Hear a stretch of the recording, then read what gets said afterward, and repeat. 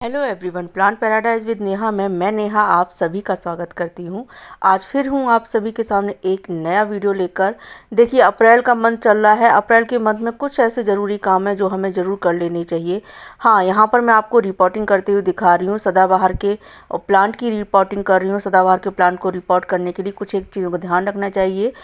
ये छोटा प्लांट है, ऐसे मिट्टी के गमले में ही आप हो सके तो करिए। और मिट्टी के गमले में नीचे थोड़ा सा कोई भी टुकड़ा, चाहे ईंट का हो या फिर गमले का ही कोई टुकड़ा हो, वो आप इसमें डाल लीजिए। और अगर छोटा प्लांट है तो पहले उसमें किसी छोटे गमले में ही करिए, उसके बाद किसी बड़े में करिए। क्योंकि ये मेरा एक्सपीरियंस है, मैंने देखा है कि अगर हम इसको किसी बड़े गमले में कर देते हैं और ओवर वाटरिंग हो जाती है तो जो वेरीगेटेड आते हैं ना, जिस कई कलर में जो सदाबहार आते हैं, वो अक्सर ख़राब हो जाते हैं।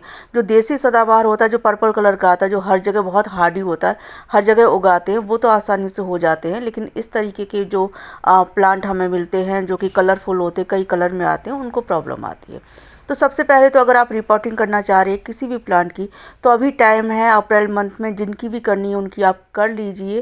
क्योंकि जैसे जैसे गर्मी बढ़ेगी उसके बाद आप किसी भी प्लांट की रिपोर्टिंग ना ही करें तो ही बढ़िया है। क्योंकि वो फिर प्रॉब्लम क्रिएट करेंगे, या तो वो पौधा पनपेगा नहीं तो वो मर सकता है गर्मी की वजह से।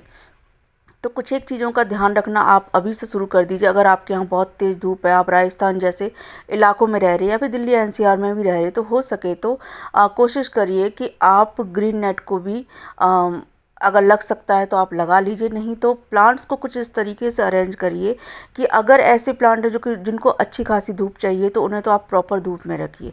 ऐसे प्लांट है जो कि इंडोर प्लांट होते हैं या फिर सेमी इंडोर प्लांट होते हैं। सेमी इंडोर प्लांट से मतलब होता है कि वो प्लांट जो कि थोड़ी सी धूप भी उन्हें चाहिए होती है, और हल्की सी, मतलब उन्हें सुबह की धूप मिल जाए, और ज़्यादा धूप अगर मिलेगी तो ख़राब भी हो जाते हैं। इंडोर प्लांट ऐसे होते हैं जो कि इंडोर में, यानी कि जहाँ पर तेज़ ब्राइट रोशनी आ रही हो, वो ऐसी जगह पे अगर आप उसको रखेंगे तो वो सरवाइव कर जाते हैं। मनी प्लांट है हमारा, और कई इंडोर प्लांट आते हैं जिसमें पीस लिली है और रबर प्लांट है। ये सारे के सारे इंडोर में अच्छे से चल जाते हैं। तो अगर इस तरीके के प्लांट हैं तो आप उनको उनके ही मूड की तरह, यानी कि वो जैसे ही जगह पर रहना पसंद करते हैं, उनको वैसी जगह पे आप शिफ्ट कर दीजिए। यानी कि शिफ्टिंग इस समय बहुत ज़्यादा ज़रूरी है।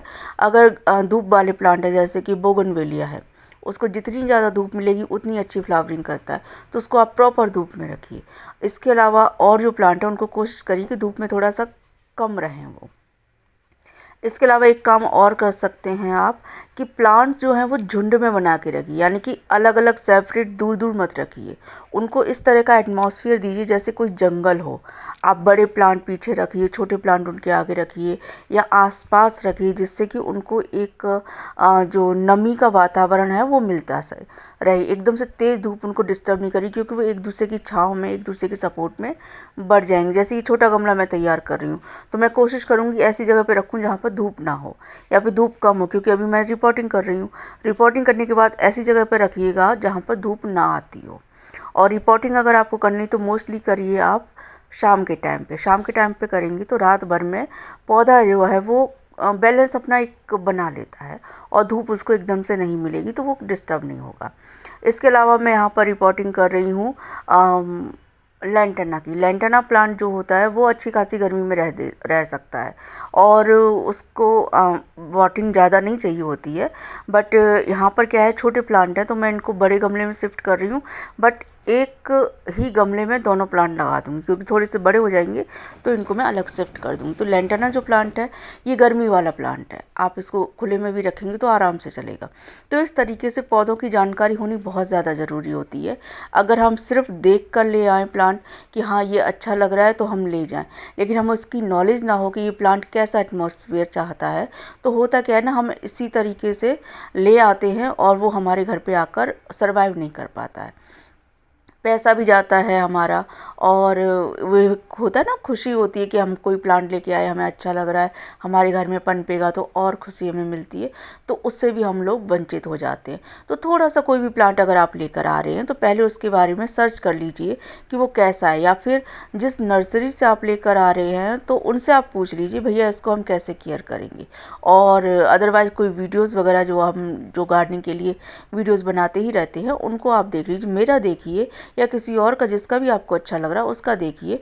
अगर मेरा आपको अच्छा लगता है तो मेरा ज़रूर देखा करिए, क्योंकि मैं कोशिश करती हूँ हर छोटा छोटा टिप जो कि हम नॉर्मल जो घर में गार्डनिंग करते हैं उनके लिए काम में आ सके। मैं भी सिंपल गार्डनर हूँ, घर में अपनी गार्डनिंग करती हूँ, मुझे शौक़ है पौधों का, तो जो भी प्लांट है उनकी नॉलेज धीरे धीरे कलेक्ट की, कुछ मुझे पहले से पता थी, तो इस तरीके से हमारी नॉलेज बढ़ती है, तब हमारे प्लांट सर्वाइव कर पाते हैं। इस वक्त मेरे पास मैं कह सकती हूँ कि छोटी सी नर्सरी है, कई सारे प्लांट्स की वैरायटी है। इतनी नॉलेज होने के बाद भी लास्ट ईयर गर्मी में मैं प्लांट को नहीं बचा पाई। क्यों? क्योंकि गर्मी इतनी ज़्यादा पड़ी हुई थी, कई प्लांट जो है वो सर्वाइव नहीं कर पाए। तो कई बार होता है कि कुछ चीज़ें हमारे हाथ में नहीं होती हैं, प्रकृति अपने अनुसार चलती है और हमें उसके ही अनुसार, उसके ही अकॉर्डिंग चलना पड़ता है। तो इस तरीके से कुछ एक चीज़ों का ध्यान रखिए। अप्रैल के मंथ में जितना भी हो सके वो एक काम कर लीजिए। हाँ, वाटरिंग का ये है कि वाटरिंग आपको देखना पड़ेगा कि किस तरह से डेली वाटरिंग तो होगी। अगर कुछ प्लांट ऐसे आपके यहाँ धूप ज़्यादा आ रही तो सुबह और शाम दोनों टाइम पे आप वाटरिंग करिए। हो सके तो कोशिश किया करिए कि शाम को आप वाटरिंग करिए। शाम को वाटरिंग करने से क्या होता है कि रात भर में वो जड़ें जो हैं, वो प्लांट है, वो अच्छे तरीके से जितना भी पानी चाहिए होता है वो एब्जॉर्ब कर लेता है, तो वो उसके लिए बहुत ज़्यादा बेनिफिशियल होता है। आज के मेरे छोटे छोटे टिप्स आपको कैसे लगे मुझे ज़रूर बताइएगा। आप इनको ज़रूर अपने पालन करिए और ये आपके लिए बहुत बेनिफिशियल होंगे। तो मिलते हैं नेक्स्ट वीडियो में, तब तक के लिए खुश रहिए। Bye bye.